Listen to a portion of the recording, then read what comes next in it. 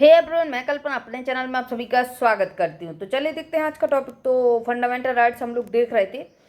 तो काफ़ी बड़ा टॉपिक है क्योंकि 12 से 35 तक के अनुच्छेद में दिया हुआ है टोटल। तो इसके हम लोग 3 पार्ट डिवाइड कर चुके हैं। तो देखिए 2 पार्ट तो इसके हो चुके हैं और आज हमें इसका थर्ड पार्ट देखना है। कौन सा? थर्ड देखना है। तो चलिए देख लेते हैं कहाँ तक। 22 तक आपका हो गया था। देखिए ये सारा कुछ आपका हो गया था। PDF आपको टेलीग्राम चैनल पर मिलेगी, उसको जाके आप ज्वाइन कर लीजिए। चलिए ये आपके सारे कुछ हो गए थे। अगर आपने अभी तक दोनों वीडियो नहीं देखे हैं तो जाके देख लीजिए। देखिए तो देखिए इधर पे अब हमें देखना है थर्ड।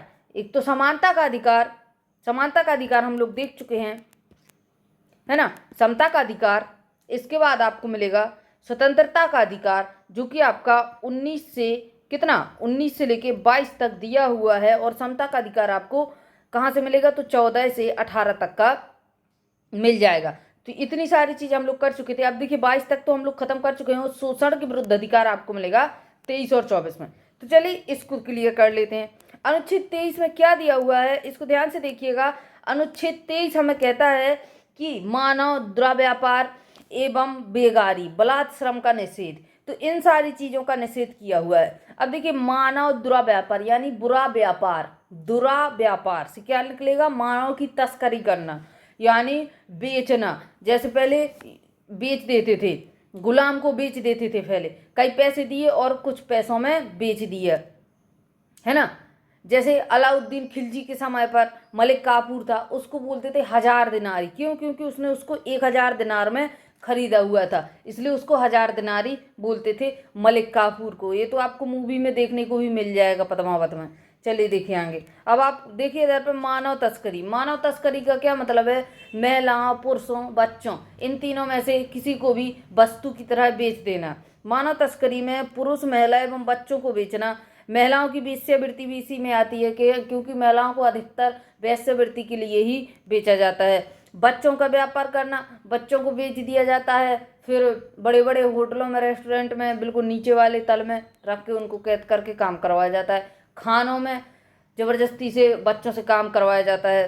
दास, दास प्रथा पहले चलती थी, तो ये बेचना ही, बाजार लगते थे दास दासियों को, लोग बाग बेचते खरीदते थे, है ना। तो ये सब चीजें मानव तस्करी में आती हैं। अब इसके अलावा देखिए दूसरा इसमें जो शब्द दिया हुआ है बेगारी। बेगारी से क्या मतलब है?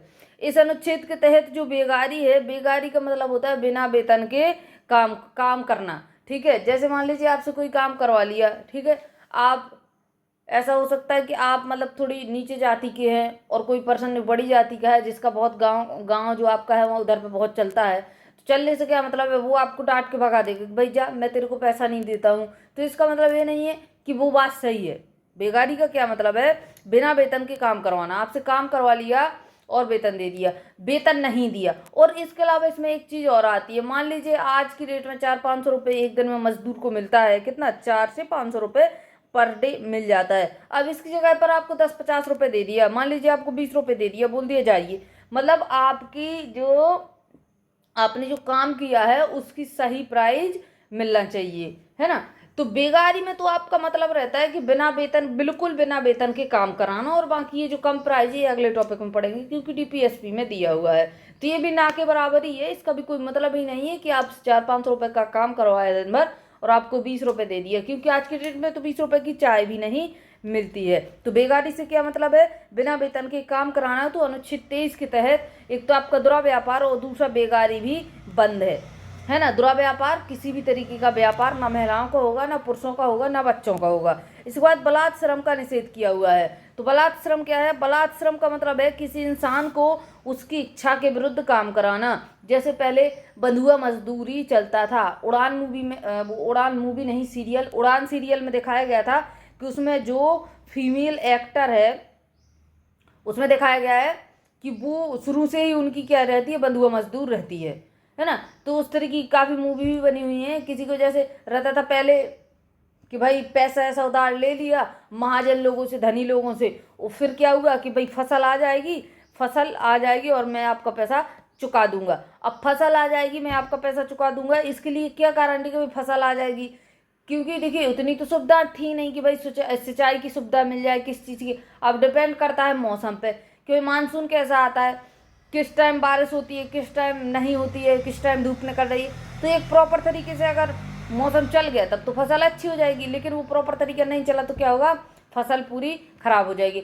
अब देखिए आप पे तो कर्जा चढ़ गया पिछली साल, और उस फसल से आपको पिछला भी कर्जा चुकाना था जो आपने ले रखा था, और आगे खाने के लिए भी उस फसल से हमें बचाना था, लेकिन दोनों ही साल हमारे बर्बाद हो गए। अब सबसे बड़ा मुद्दा वहाँ पर रहता था कि हम जो हमने महाजन लोग से कर्ज लिया है उसको कैसे चुकाएं। तो जब वो कर्ज लेते थे हम लोग तो उसमें क्या रहता था कि कर्ज ले लिया, अब लेने के बाद अब हमारे पास तो फसल है नहीं क्योंकि हमारी फसल अच्छी हुई नहीं है, अब हम कर्जा कैसे चुकाएंगे। तो कर्जा चुकाने के लिए महाजन लोग बोलते थे कि अब तुम्हें मेरे यहाँ कुछ दिन काम करना होगा, और जब तक मैं चाहूंगा तो तुम मेरे यहाँ काम करोगे।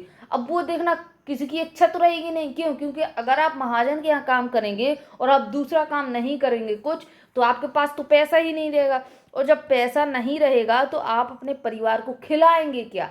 तो कभी कभी स्थिति ऐसी बन जाती थी कि या तो वो खुद बंधुआ मजदूर बन जाता था जो इंसान है, या फिर ऐसा भी रहता था कि 4-4 5-5 बच्चे रहते थे लोगों के, तो अपना कोई एक बच्चा उनके यहाँ बंधुआ मजदूरी के रूप में लगा दिया। यही चीज उड़ान सीरियल में आपकी दिखाई गई है ना। तो क्या रहता था कि वो बच्चा बचपन से ही, या बच्चा पेट में है और उसको बंधुआ मजदूरी पे लगा दिया। अब बताइए कि उसको बड़ा होने तक या वो हमेशा के लिए उनका गुलाम है, बंधुआ मजदूर है, मतलब वो अपनी इच्छा से अब कुछ नहीं कर सकता, जैसा वो लोग चाहेंगे वैसा वो करेगा। तो ये होता है किसी की इच्छा के विरुद्ध अगर आप काम कराते हैं, ये सब मजबूरी ही है, कोई जानबूझ के तो करेगा नहीं कि भाई लो मुझे बंधुआ मजदूर बनवा लो, मुझे मंजूर है, ऐसा तो होगा नहीं, है ना।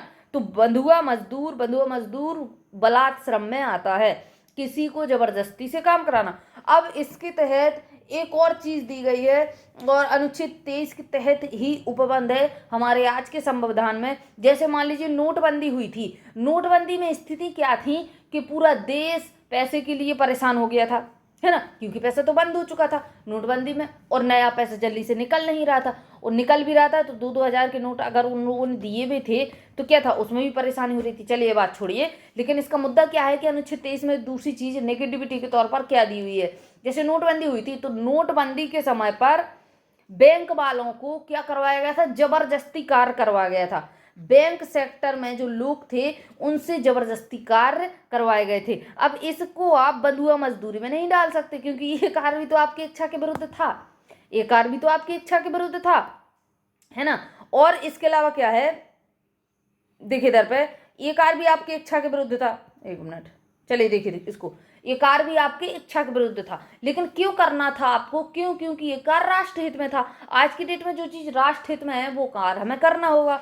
इसके अलावा देखिए जब कोरोना चला तो कोरोना के काल में क्या था कि डॉक्टर 24 घंटा कार्य कर रहे हैं। डॉक्टरों की हालत ये थी कि कई डॉक्टर देखिए मरे भी है, बहुत सारी जनसंख्या में डॉक्टर मरे हैं, बहुत सारी संख्या में डॉक्टर मर चुके। इसके अलावा देखिए मेडिकल क्षेत्र में दवाइयाँ जहाँ बनती थी, है ना, जितने भी पुलिसकर्मी को जबरदस्ती से कार्य करवाया गया, तो कुछ ऐसे सेक्टर थे इस समय पर जिनको जबरदस्ती से कार्य करवाया गया। तो देखिए अब बैंक वाले आए और बोले भाई हम नहीं करेंगे, क्यों, क्योंकि ये तो बलात्श्रम में आ जाएगा, ये तो बंधुआ मजदूरी में आ गया, या ये तो क्या हुआ, सॉरी, हाँ यही बलात्श्रम में आ गया, यानी हमारी तो इच्छा है नहीं और हमसे तो कार्य करवाया जा रहा है, तो भाई ये बलात्श्रम में नहीं आएगा। क्यों, क्यों नहीं आएगा, क्योंकि जो कार्य हम राष्ट्र हित में करेंगे, या मान लीजिए हमारी इच्छा के विरुद्ध कार्य है, लेकिन वो कार्य कैसा, राष्ट्र हित में है, यानी बहुत सारे लोगों का जीवन बचा सकता है, तो वो कार्य हमें सरकार आज की डेट में जबरदस्ती करवाएगी। तो ये चीज अनुच्छेद 23 में ही मेंशन की गई है। यानी नोटबंदी के समय पर जो है बैंक वालों से जबरदस्ती कार्य करवाया गया तो वो अनुच्छेद 23 के तहत ही था। या फिर कोरोना के समय पर मेडिकल क्षेत्र या फिर पुलिसकर्मी या बहुत सारे लोग जो भी थे जिससे भी जबरदस्ती कार्य करवाया गया, जबरदस्ती बोले या राष्ट्रहित में बोले, भाई हर इंसान तो एकदम से पूरा राष्ट्रभक्त हो नहीं सकता, और जब खुद की जान की बात आती है तो वो तो अपने सोल्जर ही दे सकते हैं, हर इंसान तो दे नहीं सकता है।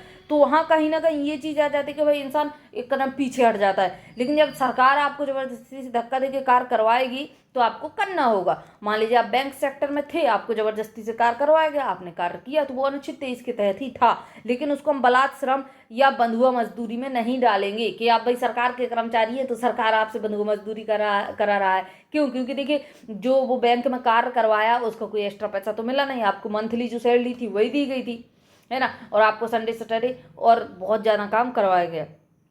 तो ये आपका पूरा जो है बलात्श्रम में नहीं आएगा। तो ये निगेटिविटी है, ये पॉजिटिविटी है, लेकिन उस निगेटिविटी को हम निगेटिव नहीं बल्कि पॉजिटिव तौर पर ही लेंगे, यानी सकारात्मक ही आपको लेना होगा। क्यों? क्योंकि जो कुछ कार्य राष्ट्र हित में होते हैं वो हमें करने होते हैं। जैसे देखिए आज की डेट में हमारे सैनिक हैं तो बॉर्डर पर लगे हुए हैं ना, उनको नहीं पता कि भाई कब जान जाएगी कब नहीं जाएगी, तो इसी कंडीशन में वो लोग वहाँ पे लगे रहते हैं कि भाई कब मौत आ जाए कुछ पता नहीं, है ना। यानी राष्ट्रहित, और राष्ट्रहित में अगर कार्य है तो वो कार्य आपको करना होगा। तो ये हो गया हमारा अनुच्छेद 23 पूरी तरीके से मानव द्रव्य व्यापार, बेगारी और बलात्श्रम, ये 3 चीजें इसमें मुख्य रूप से दी गई हैं। तो तीनों चीजें, मानव तस्करी, बेचना और बेगारी, बिना वेतन के काम कराना। बलात्श्रम का मतलब है अपनी इंसान की इच्छा के विरुद्ध काम कराना। अनुच्छेद 24 देखिए कि अनुच्छेद 24 में क्या दिया हुआ है, इंपोर्टेंट है अनुच्छेद 23 और 24, क्योंकि ये शोषण के विरुद्ध अधिकार है। और ये चीजें ब्रिटिश काल में बहुत ज्यादा हुई, शोषण के विरुद्ध अधिकार हद से ज्यादा करवाते थे। भाई काम करवा लिए, धक्का दे के बाहर निकाल दिया, क्या कर लेगा इंसान? क्यों? क्योंकि उसका तो कोई पूछने वाला है नहीं, उसकी तो चलती ही नहीं है ना। कारखानों आदि में बालकों के नियोजन का प्रतिषेध, इस चीज को देखिएगा कि कारखाने वगैरह हैं उसमें छोटे छोटे बच्चों से कार्य करवाया जाता है। क्यों? उनको खाना भी नहीं दिया, उनको पैसा भी नहीं दिया जाता, यानी पेमेंट भी नहीं उनको कर रहे हैं, और जबरदस्ती कारखानों में, माइंस में, इन सब चीजों में उनको लगाए हुए हैं।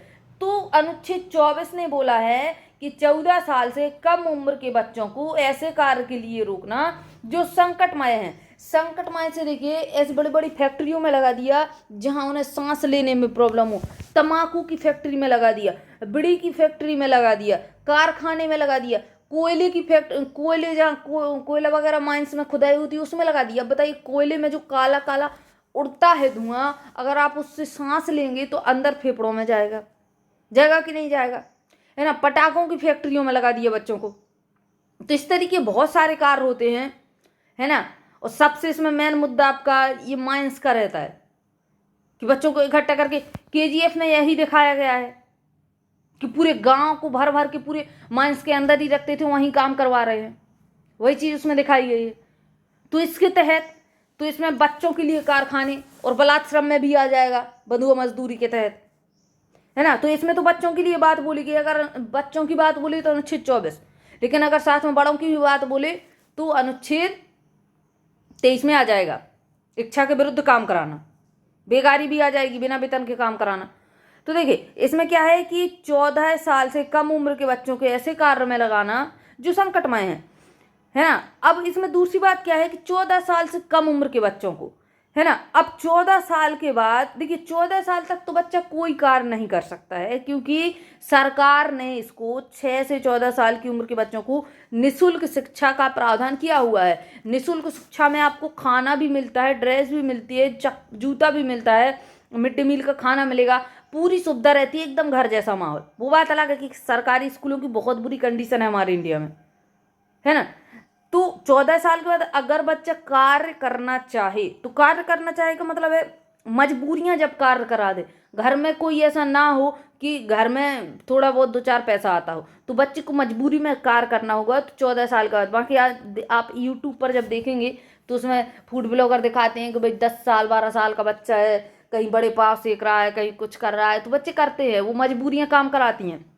लेकिन जो हमारे संविधान में प्रावधान है यही है कि भाई 6 से 14 साल तक आप पढ़ लीजिए, लगभग क्लास 8 तक पढ़ लीजिए, 8 तक स्कूल आपके पढ़ा, मतलब सरकारी स्कूल पढ़ा देते हैं, तो उसमें थोड़ी बहुत आप अपना सीख जाएंगे, है ना, थोड़ी बहुत पढ़ाई के बारे में सीख जाएंगे। इसके अलावा 14 साल में आप कार्य कर सकते हैं। अब कार्य में आपके कैसे कार्य आएंगे, मान लीजिए आप बलून वगैरह बेच दीजिए, है ना, छोटी सी अपनी दुकान रख लीजिए, पानी की बोतल वगैरह बेच दीजिए, इस प्रकार से इसमें आपको नुकसान नहीं होगा। तो ये छोटे छोटे कार्य आप लोगों से कराए जा सकते हैं। इसके अलावा देखिए जब ये दुकानें होती हैं, है ना, ग्रोसरी की है या फिर चाय ब्रेड वगैरह की सबकी दुकान होती, तो कुछ लोग क्या करते हैं, बच्चों से काम तो करवाते हैं। होटल वगैरह में आप चले जाइए, रेस्टोरेंट में चले जाइए, खाना परोसने के लिए बच्चे आपके काम कर सकते हैं, है ना। तो क्या होता है कि ये लोग काम करवाते हैं और कभी कभी क्या होता है पैसा ठीक से नहीं देते हैं। तो कुछ ऐसी स्थितियां जब निकल के आती हैं तो इन सब चीज़ों पर रोक है कि अगर बच्चों से ज़बरदस्ती काम करवाया जा रहा है तो वो आपकी गलत चीज़ हो जाएगी। लेकिन ऐसे काम करने में बच्चों को क्या होगा, तकलीफ कोई नहीं होगी, उनके स्वास्थ्य पर कोई प्रभाव नहीं पड़ेगा। मान लीजिए वो एक रेस्टोरेंट में काम करते हैं अपनी इच्छा के अनुसार तो कर सकते हैं। मान लीजिए एक ग्रोसरी दुकान है उसमें बच्चे काम करते हैं अपनी इच्छा के अनुसार तो कर सकते हैं, लेकिन इन चीज़ों में भी प्रतिबंध है कि कोई इनसे ज़बरदस्ती कार्य नहीं करवा सकता है। चलिए देखिएंगे, बच्चा 14 साल के बाद अपनी खुद की समोसे की दुकान खोल के अगर समोसा बेचना चाहे तो चला सकता है, क्योंकि वो भाई खुद अपना कार्य कर रहा है, तो उसमें तो कोई किसी प्रकार का दबाव डाल नहीं सकता है, ना कुछ ऐसा होगा कि भाई काम करवाया और पैसा नहीं दिया। चलिए देखिए आगे, तो अब हमें देखना है धर्म की स्वतंत्रता के अधिकार। अभी हमारे शोषण के विरुद्ध अधिकार हो चुके हैं, अब हम देखेंगे कि धर्म की स्वतंत्रता के अधिकार। तो धर्म की स्वतंत्रता के अधिकार आपके बहुत ज़्यादा इंपॉर्टेंट है। तो ये आपके 25, 26, 27 और 28 एग्जाम में सीधा पूछता है भाई धर्म की स्वतंत्रता के अधिकार में कितने अनुच्छेद दिए हुए हैं। तो कितने दिख रहे हैं आपको? 4 अनुच्छेद यहाँ पे दिख रहे हैं। चलिए देखिए इधर पे आएंगे कि धर्म की स्वतंत्रता के अधिकार अनुच्छेद 25 से 28 किस किस प्रकार की स्वतंत्रता दी हुई है, इस चीज को देखिए। अनुच्छेद 25 धर्म के अंतःकरण और अबाध रूप से मान्य और प्रचार करने की स्वतंत्रता अनुच्छेद 25 में मिलती है। तो अंतःकरण इसमें पूछा जाता है धर्म का अंतःकरण। अंतःकरण से मतलब है स्वयं में अगर आप कोई भी धर्म आप कोई भी धर्म मानना चाहें तो आप अपने अंतरात्मा से भाई कोई भी धर्म मान सकते हैं। ऐसा नहीं है कि भाई आप हिंदू परिवार में मान लीजिए जन्मे, ठीक है, लेकिन आपको नमाज पढ़ना अच्छा लगता है तो भाई पढ़ लीजिए, क्या दिक्कत है? आपकी इच्छा है, आपकी इच्छा है ना, व्यक्तिगत इच्छा।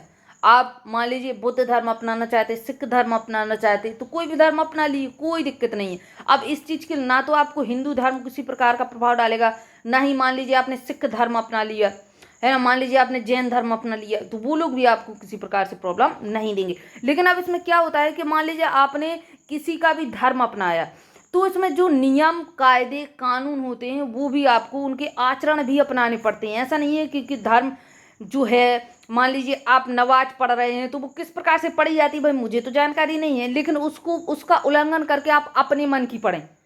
जिस प्रकार से बैठ के नमाज पढ़ी जाती है आप हो सकता है लेटे लेटे पढ़ेंगे तो वो चीज़ उल्लंघन हो जाएगी धर्म की। तो क्या है, अंतःकरण करने की स्वतंत्रता है अनुच्छेद 25 के तहत कि अगर आप चाहें कि आपको अंतर मन से अपने व्यक्तिगत तौर पर किस धर्म को अपनाना है, किस धर्म की चीज़ें लागू करनी है ना, तो आप कर सकते हैं, लेकिन उनका तरीका गलत नहीं होना चाहिए। मान लीजिए आप हिंदू धर्म के हैं, आपको पगड़ी बांधना है तो क्या कुछ गलत हो जाएगा क्या? लेकिन उसका एक जो लहजा होता है उसको आपको अपनाना होगा।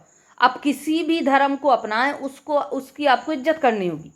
आगे देखिए, अबाध रूप से मानने, भाई बिना बाधा। अबाध मतलब क्या है? बिना बाधा के। मान लीजिए क्या दिक्कत है, कोई आपको जबरदस्ती करे वो बात अलग है कि नहीं मानना है, लेकिन अगर आप मानना चाहें तो मान सकते हैं। इसके लिए आपको कोई भी कोर्ट कचहरी या कोई भी पुलिस थाना आके कोई कुछ कह नहीं सकता कि भाई तूने ऐसा धर्म क्यों अपनाया या ये धर्म क्यों माना, है ना। अगर देखिए हमारे हिंदू धर्म में क्या है कि लेडीज शादी होने के बाद मांग, मंगलसूत्र और बिछिया पहनती हैं, ठीक है, लेकिन अगर यही चीज़ अगर कोई मुस्लिम लेडी करना चाहे तो क्या उस पर कुछ दिक्कत है? कई मुस्लिम लेडी ऐसी हैं जो साड़ी पहनती हैं, हालांकि वो लोग साड़ी नहीं पहनते हैं, सलवार सूट और बुर्के में रहते हैं अधिकतर, तो उसमें कुछ बाधा है क्या हम उनको रोक सकते हैं? नहीं रोक सकते, भाई उनकी इच्छा है। मान लीजिए कि क्या हुआ कि हिंदू अगर लेडी है और वो बुर्का पहनना चाहे तो कोई गलत हो जाएगा क्या? भाई उसकी इच्छा है कि भाई उसको क्या पहनना है क्या नहीं पहनना है या कौन सा धर्म उसे अपनाना है। तो अबाध रूप से आपको कोई रोक टोक नहीं कर सकता है, लेकिन उसका जो लहजा रहता है, जो तरीका रहता है, वो आपको अपनाना पड़ेगा, है ना। चलिए देखिएंगे, प्रचार करने की स्वतंत्रता। अपने धर्म की प्रचार करने की स्वतंत्रता रहती है, उसमें कोई दिक्कत वाली बात नहीं है कि भाई कीजिए, कौन रोक लेगा? रोकना भी नहीं चाहिए किसी भी व्यक्ति को। देखिए इसमें क्या लिखा हुआ है, किसी व्यक्ति को भगवान के रूपों के साथ अपने ढंग से अपनाने की आंतरिक स्वतंत्रता है। यही तो मैंने बताया, आंतरिक स्वतंत्रता यानी धर्म का अंतःकरण। भगवान के किसी भी रूप को सिख ये आपका देखिए मतलब हिंदू में जितने भी भगवान हैं 36 करोड़ देवी देवता, इसके अलावा मुसलमान या फिर आप किसी भी प्रकार के भगवान का रूप मानना, अल्लाह को मानना चाहें भाई मान लीजिए, क्यों कोई क्या कर लेगा? वो आपकी अपनी इच्छा है। कोई करना भी चाहे तो वो आपको मौलिक अधिकार है कि आप उसको क्या करें, कोर्ट में खड़ा कर दें जाके।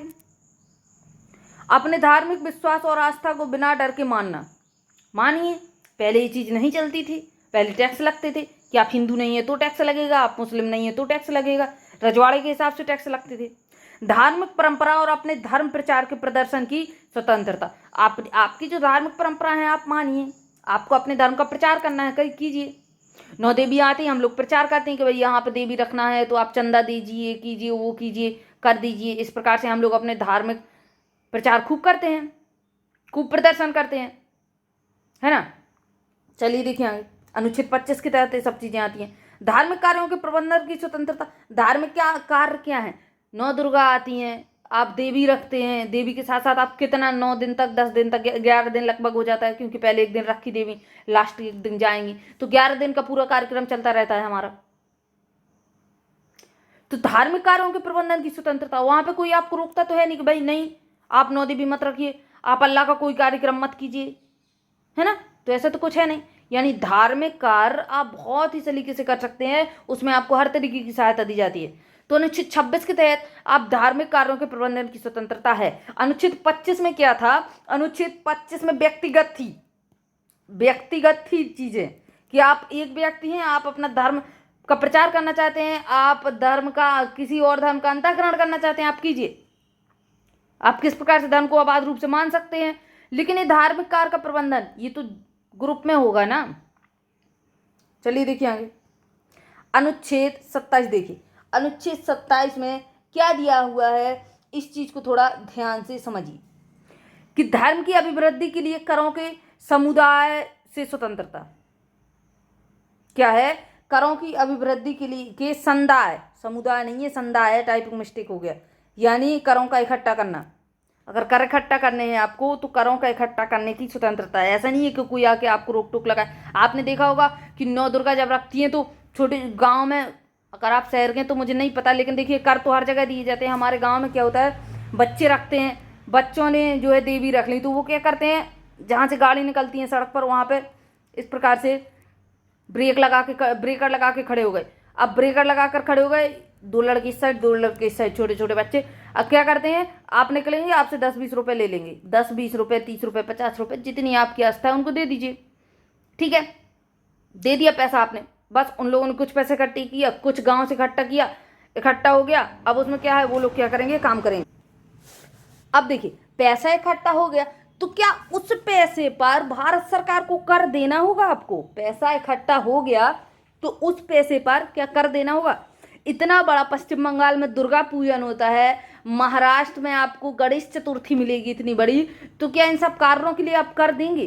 तो भाई कर के संदाय से स्वतंत्रता, हम किसी भी धार्मिक चीजों से जुड़ी हुई कार्यक्रम होते हैं, कहीं पर भी हमें कर नहीं देना है, कहीं पर भी हम टैक्स नहीं भरते हैं, पूरी तरीके से छूट रहती है। तो कर की छूट कौन से अनुच्छेद में दी हुई है? अनुच्छेद 27, कि धर्म में धार्मिक चीज़ों के लिए, धार्मिक संस्थाओं के लिए धार्मिक स्वतंत्रता हमें है, हमें कहीं पर भी कर, धार्मिक कार्यों के लिए कहीं पर भी कर नहीं देने होंगे। किसी व्यक्ति को किसी भी धर्म में पोषण में व्यय करने के लिए कोई रोक टोक नहीं है, धार्मिक कार्यों से कर नहीं उगा सकेंगे। पहली बात तो आप कर नहीं ले सकेंगे। दूसरी बात, अगर किसी भी धर्म की आप हेल्प करना चाहते हैं, मान लीजिए एक मोमडन है, मुसलमान है, और वो गया और उसने क्या किया, किसी मान लीजिए राम मंदिर या दुर्गा पूजन कहीं पर भी गया और उसकी भाई इच्छा हुई, उसकी आस्था हुई कि हमें यहाँ पर दान देना चाहिए, उसने दे दिया, तो क्या उसको रोक टोक है? बिल्कुल रोक टोक नहीं है। उसकी इच्छा भाई कि भाई इस मंदिर के लिए हमें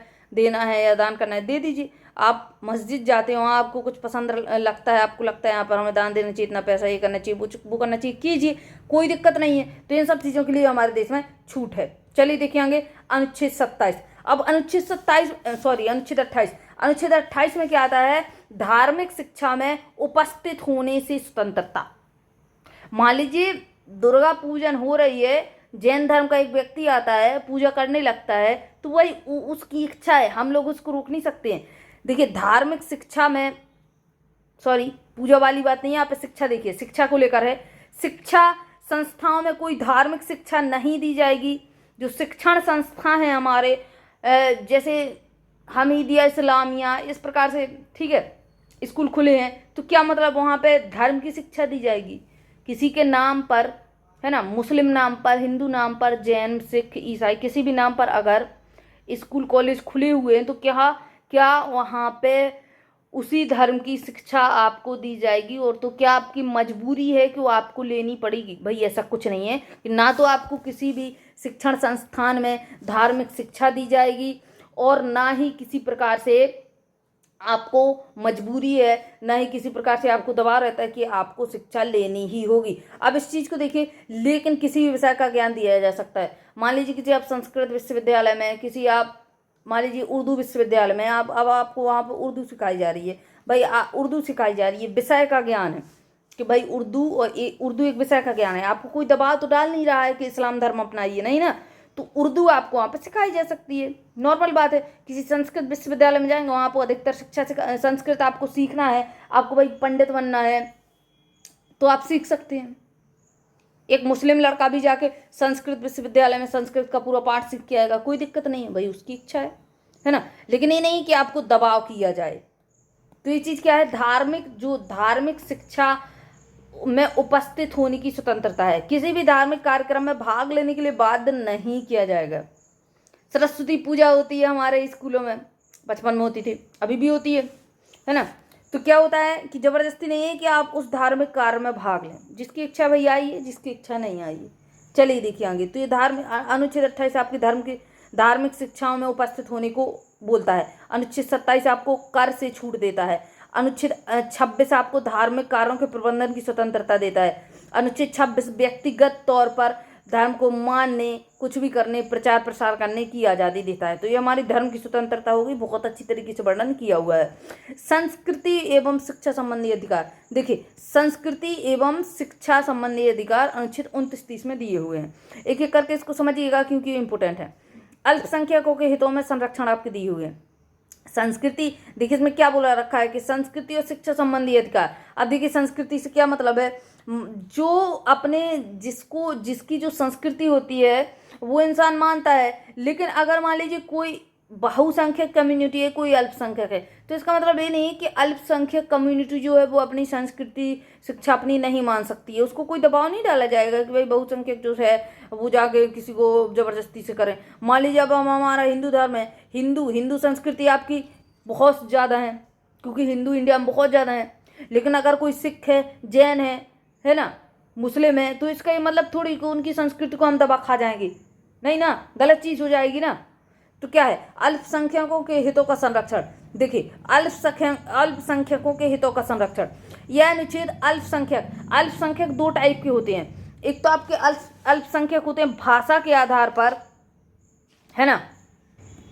दूसरे होते हैं आपके जनसंख्या के आधार पर। एक तो हो गए हमारे भाषा के आधार पर अल्पसंख्यक, और दूसरा हो गया जनसंख्या के आधार पर। चलिए देखिए आगे। तो ये सारी चीज़ें देखिए, अल्पसंख्यक दो प्रकार के हो गए। अब देखिए किसी की भाषा कोई एक विशेष क्षेत्र में, बहुत कम क्षेत्रों में बोली जाती है, तो क्या उनको हम जोड़ देंगे कि भाई आप अपना भाषा छोड़ दीजिए? ऐसा तो नहीं करना चाहिए ना, कि उनको हम ये तो बोल नहीं सकते जाके कि भाई तुम अपना भाषा छोड़ दो। भाई उनकी इच्छा, बोलने दीजिए, क्या दिक्कत है? हमें तो उनकी भाषा है अनुच्छेद 29 के तहत हमें तो संरक्षण देना चाहिए, है ना। अब देखिए ज़्यादा जनसंख्या तो हमारी हिंदू धर्म की है, और इसके अलावा अगर आप बोले मुस्लिम, सिख, ईसाई, ये सारी जो है धर्म अल्पसंख्यक में आते हैं। तो क्या उनको हमें टॉर्चर करना चाहिए क्या? बताइए आप, गलत हो जाएगा ना। क्या उनसे बोले नहीं इस्लाम छोड़ के आप लोग हिंदू अपना लीजिए, हिंदुत्व धर्म मानिए, तो गलत चीज़ हो जाएगी ना। तो अनुच्छेद 29 में बताया गया है कि अल्पसंख्यकों हितों का संरक्षण हमें करना चाहिए। यह अनुच्छेद उनकी बोली, वो बहुत ही कम क्षेत्र में बोली जाती है, उनकी भाषा, उनकी लिपि, उनकी संस्कृति को सुरक्षित रखना चाहिए, है ना। उनके पहनाव क्या करते हैं, सिख पगड़ी रखते हैं। पगड़ी का मतलब, अब देखिए पगड़ी से क्या है, वो पगड़ी पहन के निकलते हैं, तो इसका ये मतलब नहीं कहीं जाएंगे हेलमेट भी नहीं उनके सामने, हेलमेट भी खत्म हो जाता है, ये हेलमेट आप लगाओ, वो आपकी इच्छा है, उनकी आप पगड़ी नहीं उतरवा सकते हैं, क्योंकि उनकी संस्कृति का उल्लंघन हो जाएगा। तो इन सब चीज़ों की सुरक्षा दी जाती है। अल्पसंख्यकों के अधिकारों की रक्षा की जाती है।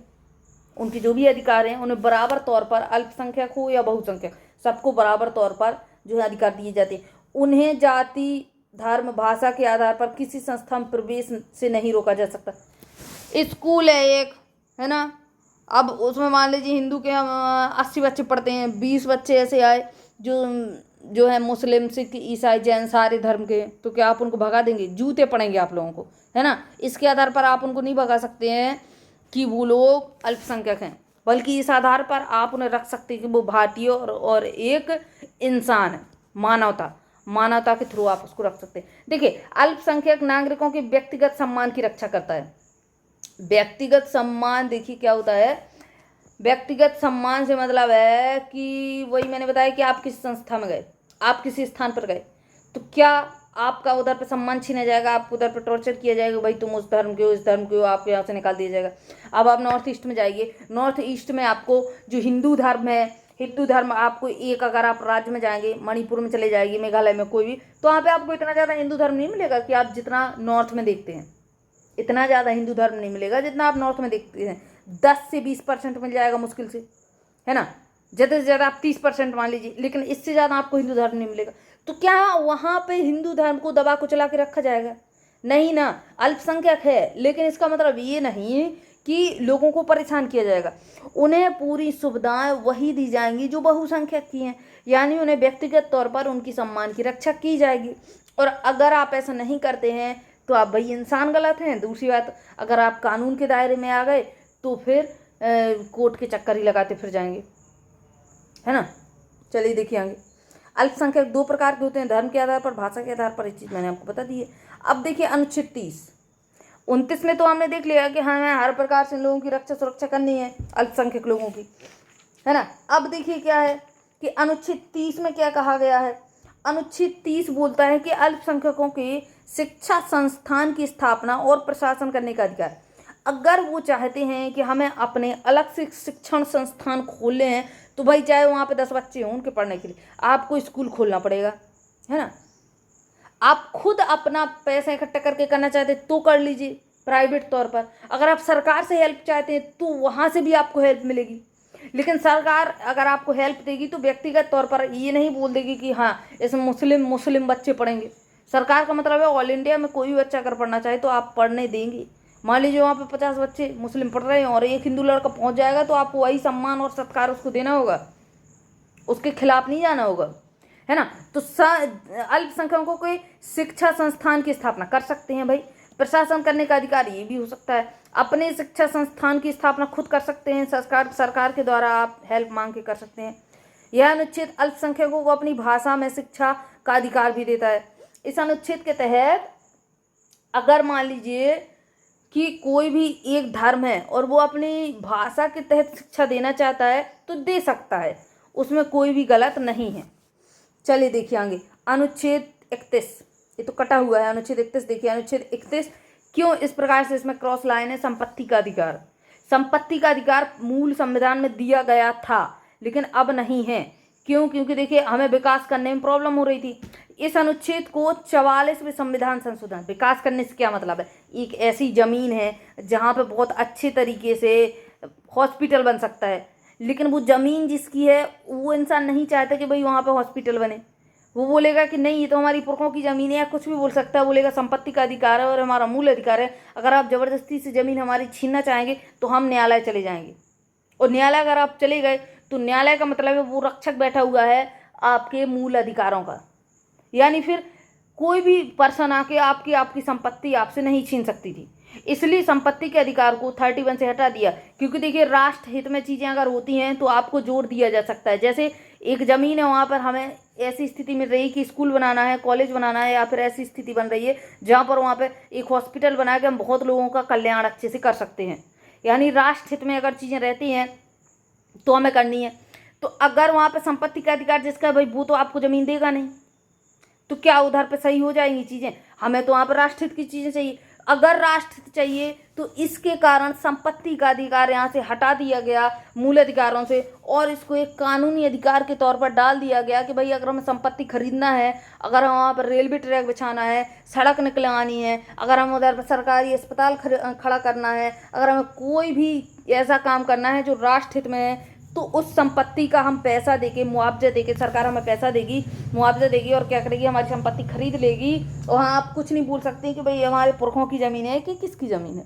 तो भाई इससे 44वां संविधान संशोधन हुआ 1978 में पूछा जाता है कि कौन से संविधान संशोधन के द्वारा संपत्ति के अधिकार को यहाँ से हटा दिया गया मूल अधिकारों से। तो 44वां संविधान संशोधन अधिनियम हुआ था 1978 में, जिसके द्वारा इसको कानूनी अधिकार बना दिया गया। और अनुच्छेद 300 के का या फिर 300 का ए कहीं कहीं पर आपको लिखा मिल जाएगा, तो यहाँ पे जाके फेंक दिए इसको। अब आपका अधिकार नहीं है कि आप अपनी संपत्ति नहीं लें। आपने देखा होगा जब सड़कें निकलती हैं तो पूरे घर के घर फोड़ दिए जाते हैं साइड से। क्यों? क्योंकि उधर आपका कानूनी अधिकार नहीं है, आप उस पर सवाल नहीं उठा सकते हैं। और सड़क एक राष्ट्र हित में बन रही है भाई, वहाँ की सड़कें टूटी फूटी होंगी तो वहाँ पर राष्ट्र हित में सड़कें बनेंगी, तो इसके कारण क्या है, आपकी संपत्ति जब्त कर ली जाती है और आपको पैसा दे दिया जाता है कि भाई वहाँ कहीं और ज़मीन खरीद सकते हैं, कहीं और घर बनवा सकते हैं जहाँ पे उचित हो। राज्य द्वारा निजी संपत्ति का अधिग्रहण करने पर हर जाने का अधिकार है। बस हर जाना आपको नहीं मिलेगा, मुआवजा आपको नहीं दिया जाता है, पैसा आपको नहीं दिया जाता है, तब आप केस कर सकते हैं कि भाई सरकार ने ज़मीन तो ले ली, घर तो तोड़वा दिया, लेकिन हमें पैसा नहीं दिया। अब देखिए, अगर रेलवे ट्रैक बिछाना है इस प्रकार से और यहाँ पे आपका है खेत, बहुत बड़ी मात्रा में खेत है, अब भाई रेलवे ट्रैक क्या करेगा, इस प्रकार से जाएगा क्या? इस प्रकार से तो जा नहीं सकता, क्योंकि ट्रेन इस प्रकार से अगर मुड़ जाएगी एकदम से तो ट्रेन का तो एक्सीडेंट हो जाएगा। तो अब मुद्दा क्या है कि इस खेत से ही ट्रेन निकलनी चाहिए। अब खेत से ही ट्रेन निकलनी चाहिए, यानी ये ज़मीन अब सरकार को चाहिए, आपकी ये ज़मीन सरकार को चाहिए। तो सरकार ने क्या कहा कि संपत्ति के अधिकार को यहाँ से हटा दीजिए और जाके कानूनी अधिकार में डाल दीजिए, ताकि सरकार उस ज़मीन को खरीद सके और आपको पैसा दे सके। तो एग्जाम में पूछता है कि मूल संविधान में कितने मौलिक अधिकार थे? तो मूल संविधान में टोटल 7 मौलिक अधिकार थे और संपत्ति का अधिकार हटा देने के बाद वर्तमान में अगर पूछे तो 6 मौलिक अधिकार आपके हैं। चलिए, हो गया। अब देखिए, अनुच्छेद 32 इम्पोर्टेंट है बहुत ज़्यादा। क्यों? क्योंकि ये हमारा मौलिक अधिकारों की रक्षा करने वाला, यानी मौलिक अधिकार का बाप है। संवैधानिक उपचारों का अधिकार, जो अभी तक हमने पूरे के पूरे पढ़े हैं 14 से लेकर 31 तक, इन सारे मौलिक अधिकारों का रक्षक कौन है? तो अनुच्छेद 32 के तहत ही हम जो है सुप्रीम कोर्ट जाते हैं। तो अनुच्छेद 32 में दिया हुआ है कि यह अनुच्छेद संवैधानिक उपचारों का अधिकार करेगा, यानी ये भी हमारा एक मौलिक अधिकार है कि आप जाते हैं कि भाई मेरे को समानता का अधिकार नहीं मिल रहा है और मुझे जाना है कहाँ, कोर्ट, और वहाँ पे आपको कोई रोक दे, तो आप अनुच्छेद 32 के तहत उपचारों का अधिकार है, यानी उपचार करेगा अनुच्छेद 32। इसके तहत आप जाएंगे, कोर्ट जाएंगे। वरना कौन सा अनुच्छेद है कि आप कोर्ट चले गए? भाई बोल दिया कि हाँ मौलिक अधिकार आपसे छीने ही जाएंगे, लेकिन अगर कोई छीन ले तो आप जाएंगे कहाँ? ये भी तो प्रावधान होना चाहिए कि भाई जाएंगे कहाँ हम? Supreme court. तो क्या लिखित चीज़ है कि भाई आपको सुप्रीम कोर्ट जाना है? कौन से अनुच्छेद में लिखा हुआ है सुप्रीम कोर्ट जाना है? तो भाई सुप्रीम कोर्ट जाने के लिए अनुच्छेद 32 बताया गया है और हाई कोर्ट जाने के लिए अनुच्छेद 226 बताया गया है। इस चीज़ को नोट कर लीजिए कि 226 बताया गया है, क्योंकि इसमें नहीं लिखा हुआ है। जब 226 पढ़ेंगे तब उसमें आपको मिल जाएगा। यह अनुच्छेद ऊपर के दिए हुए सारे जो मूल अधिकार हैं सबका संरक्षण करता है। नहीं, वरना सारे के सारे मूल अधिकार आपके धरे के धरे रह जाते, क्योंकि कहीं नहीं लिखा कि कहाँ आपको जाना है, कहीं नहीं लिखा कि किस अनुच्छेद के तहत आप उच्चतम न्यायालय जाएंगे। इसलिए अनुच्छेद 32 में सब चीज़ें लिख दी हैं कि ऊपर दिए हुए जो भी मूल अधिकार हम लोग पढ़ते आ रहे हैं उनका उल्लंघन होता है तो अनुच्छेद 32 के तहत आप लोग जाएंगे कहाँ? उच्चतम न्यायालय, सुप्रीम कोर्ट। संवैधानिक उपचारों का अधिकार इसमें दिया हुआ है। डॉक्टर भीमराव अम्बेडकर ने अनुच्छेद 32 को आत्मा तथा हृदय कहा है संविधान की। क्यों? क्योंकि अनुच्छेद 32 नहीं होगा तो आप किसकी शक्ल देखने जाएंगे वहाँ पे? किस अनुच्छेद के तहत बताइए? अगर हमारे मूल अधिकारों का उल्लंघन होता है तो इस अनुच्छेद के तहत हम उच्चतम न्यायालय जा सकते हैं। इस चीज़ को याद रखिएगा। मूल अधिकारों का संरक्षक एवं गारंटी वाला अनुच्छेद है। रक्षक भी इसको बोला जाता है कि मूल अधिकारों की रक्षा कौन करता है, रक्षक कौन है, तो कौन है? गारंटी प्रदान कौन करता है कि भाई हम रक्षा करेंगे? उच्चतम न्यायालय। 226 के तहत उच्च न्यायालय। तो इस चीज़ को याद रखिएगा अच्छे से, है ना। तो ये भी हमारा एक मूल अधिकार है कि मूल अधिकारों की रक्षा के लिए ये अनुच्छेद आपका 32 बनाया गया है। अनुच्छेद 33 में क्या दिया हुआ है? अनुच्छेद 33 को देखिए, सशस्त्र बलों के संबंध में मूल अधिकार अनुच्छेद 33 में दिए हुए हैं। तो क्या है सशस्त्र बलों के तहत मूल अधिकार? देखिए, मूल अधिकार सशस्त्र बलों के संबंध में है अनुच्छेद सशस्त्र बलों, अर्धसैनिक बलों, पुलिस बलों, खुफिया एजेंसियों की मूल अधिकारों पर कुछ प्रतिबंध लगाता है। कैसे लगाता है? देखिए, आप एक खुफिया एजेंसी में हैं, आप आर्मी में हैं, ठीक है, आप नेवी में हैं, आप आईबी में हैं, आप रॉ में हैं।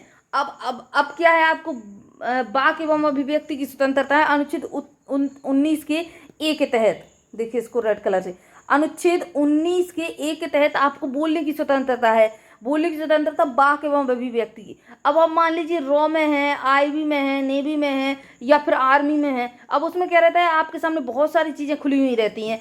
तो क्या मतलब बाक अभिव्यक्ति के तहत आप सबको बताते फिरेंगे कि भाई ऐसा होता है वैसा होता है, वो तो हमारे देश के खिलाफ हो जाएगा, देश की सुरक्षा के खिलाफ हो जाएंगी चीज़ें। तो इसके तहत कुछ आप पर प्रतिबंध लगा दिए जाएंगे। अगर आप सशस्त्र बलों में हैं तो इसके संबंध में आपके कुछ मूल अधिकार छीन लिए जाएंगे।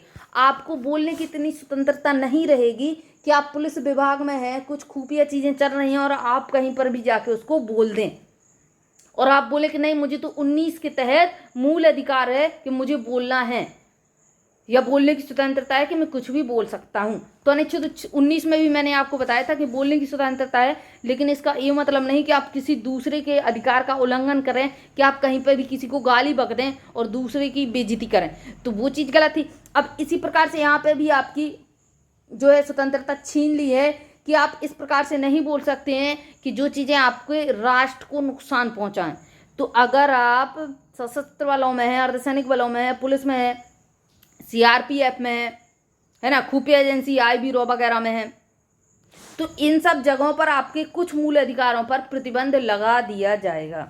इस अनुच्छेद के तहत कानून बनाने का अधिकार सिर्फ संसद को है। संसद बनाएगी कानून और आपके कुछ मूल अधिकारों पर प्रतिबंध लगाएगी। क्यों? क्योंकि बहुत सारे लोगों के मूल अधिकारों का हनन कर देगी, हमारे राष्ट्र को खतरे में डाल देगी। अब इन सब चीज़ों में देखिए, ये तो ठीक है कि आप सशस्त्र बल में हैं, सैनिक हैं। अब यहाँ पे जो लोग खाना बनाने आते हैं, जो लोग सफाई करने आते हैं, तो इस प्रकार के कुछ कर्मचारी, धोबी भी आता है ना, मैकेनिक आएगा, बावर्ची आएगा, बाल बनाने के लिए नाई आएगा, तो ये सारे लोग भी इसी अनुच्छेद के तहत इनका मुंहबंद रहना चाहिए।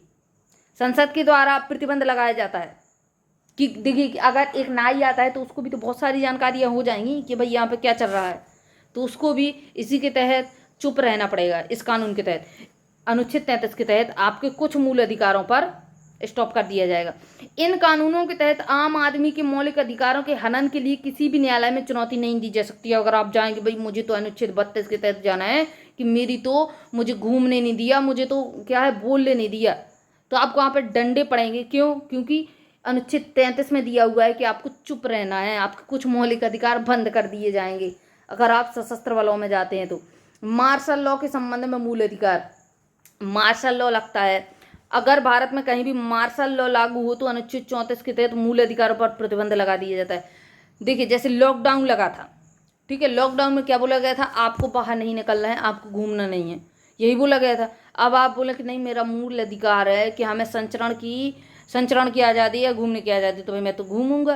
तो वहाँ पे पुलिस ने क्या किया था, आपको डंडे पड़े थे। इस प्रकार से आपका मार्शल लॉ होता है कि मार्शल लॉ जहाँ लागू हो गया, उन्होंने जो बोल दिया तो बोल दिया। मार्शल लॉ इतना खतरनाक होता है कि वो लोग आपको सीधे ठाए करके उड़ा भी सकते हैं। अगर आपने बात नहीं मानी तो आपको सीधा गायब किया जा सकता है, मार दिया जा सकता है ना, तो इतना खतरनाक होता है। तो वो चीज़ें अनुच्छेद 34 के तहत होती हैं कि उसमें लिखा हुआ है 34 में कि अगर मार्शल लॉ लागू है तो आपके मूल अधिकार छीन लिए जाएंगे। अब इसके लिए आप कोर्ट नहीं जा सकते हैं। क्यों? क्योंकि देखिए मैंने पहले ही बताया गया कि राष्ट्र हित, मानव हित, बहुत सारी जनसंख्या के हित का अगर काम है तो वो आपको करना होगा और वो चीज़ आपको माननी होगी एक समझदार नागरिक के तहत। देखिए किसी सरकारी कर्मचारी या अन्य व्यक्ति को उसके द्वारा किए जाने वाले कार्य की व्यवस्था को बरकरार रखा जाए। किसी सरकारी कर्मचारी मान लीजिए एक्सीडेंट हो जाता है, एक्सीडेंट हो गया, ठीक है, यहाँ पे गाड़ी पलटी हुई डली हुई है, यहाँ पे जो मृत व्यक्ति है वो डला हुआ है, इसको कलर चेंज कर लीजिए। देखिए यहाँ पे गाड़ी डली हुई है, यहाँ पे मृत व्यक्ति डला हुआ है, पुलिस वाले आते हैं कुछ इस प्रकार से एक रस्सी बांध देते हैं, ठीक है, और इस बांधने के आप इसके अंदर नहीं आ सकते हैं, आपको पुलिसकर्मी मना कर देते। क्यों? क्योंकि वो अपना कार्य कर रहे हैं। अब आप कहें नहीं मुझे तो घूमना है, मुझे तो घूमने की आज़ादी है, तो वहाँ पर भी आपको डंडे पड़ेंगे। क्योंकि आपको इतनी समझदारी होनी चाहिए कि कहाँ पे हमें जाना है, कहाँ पे कौन सी चीज़ें हैं, कौन सी चीज़ें नहीं हैं, कहाँ सरकारी कर्मचारी काम कर रहा है, कहाँ नहीं कर रहा है ना। तो इसके तहत आपका ये हो जाएगा कि अगर मार्शल लॉ कहीं पे लागू है तो वहाँ पे अनुच्छेद 34 के तहत आपके कुछ मूल अधिकार प्रतिबंधित कर दिए जाएंगे और उस पर आप सवाल नहीं उठा सकते हैं। कोई कर्मचारी अपना कार्य कर रहा है, वहाँ पे आप जाके घूमने लगे, मान लीजिए बैंक चले जाइए, तो एक लहजे में आप बैंक जाते हैं, काउंटर के बाहर से काम करवाते हैं और वापस आ जाते हैं, लेकिन आप कहें नहीं मुझे तो काउंटर के अंदर मैनेजर की कुर्सी के आसपास चक्कर काटने हैं, तो वो चीज़ गलत हो जाएगी। क्यों? क्योंकि सरकारी कर्मचारी अपना कार्य कर रहा है और आप वहाँ पर चक्कर नहीं काट सकते हैं, है ना। तो एक सभ्यता का परिचय हमें देना होता है भाई, सीधी सी बात है कि एक सभ्यता का परिचय हमें देना हो सकता है, देना होता है, और वो हमें देना चाहिए। बाकी संविधान ने जो है हमें बहुत अच्छी तरीके से खुद को सजाया हुआ है, बहुत अच्छी तरीके से बहुत सारे अधिकार दिए हुए हैं, है ना। चलिए देखिए आगे 34 हो गए। तो यहाँ पे आपके मौलिक अधिकार खत्म हो गए। 25 में कुछ खास नहीं दिया हुआ है, ना ही एग्जाम में पूछता है। चलिए तो हम मिलते हैं कल नए टॉपिक के साथ, वो भी आपका रहेगा डीपीएसपी। चलिए मिलते हैं कल डीपीएसपी के साथ, तब तक के लिए जय हिंद जय भारत।